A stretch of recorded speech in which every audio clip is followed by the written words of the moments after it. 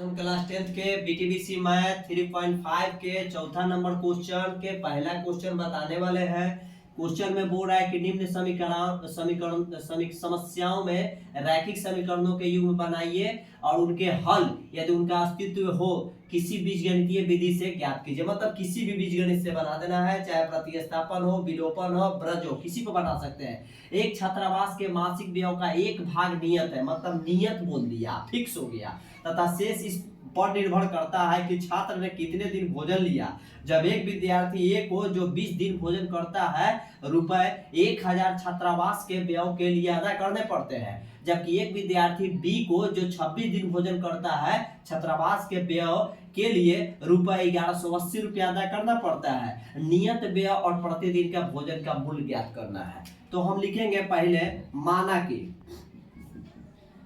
कि नियत व्यय बराबर लिखेंगे x रुपए। दूसरा लिखेंगे माना कि प्रतिदिन का व्यय ये हमारा हो जाएगा y रुपया। मतलब अगर नियत हो गया तो x हो जाएगा और प्रतिदिन का हो गया तो y हो जाएगा। अब लिखेंगे प्रश्न से।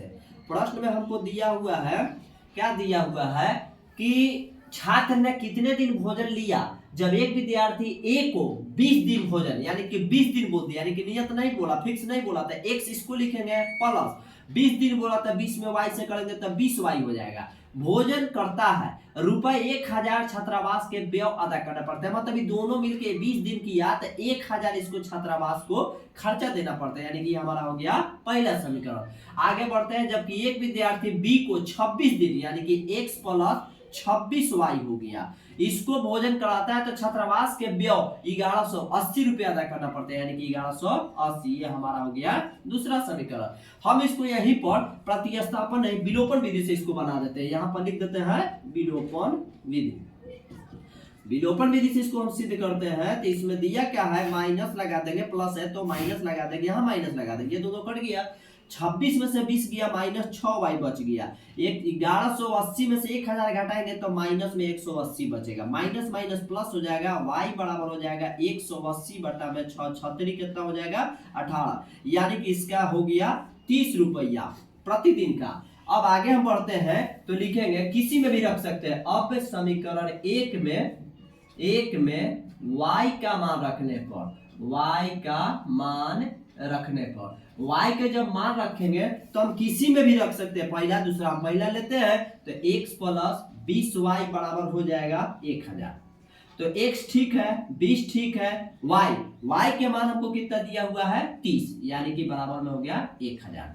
x प्लस द्वितीय 6 यानी कि 600 हो गया बराबर 1000। x प्लस से इस साइड गया तो कुछ हो गया माइनस में, तो 600 घट जाएगा, तो x बराबर हो गया 400। यानी कि हमको फिक्स रुपया कितना देना पड़ेगा 400 रुपया, और रोज हमको कितना देना पड़ेगा 30 रुपया। ये हमारा क्या हुआ, आंसर हो गया। हमको x का मान मालूम हो गया, y का मान मालूम हो गया, ये हमारा क्या हो गया, क्वेश्चन सॉल्व हो गया। हम फिर से मिलेंगे अगले वीडियो में, तब तक के लिए धन्यवाद।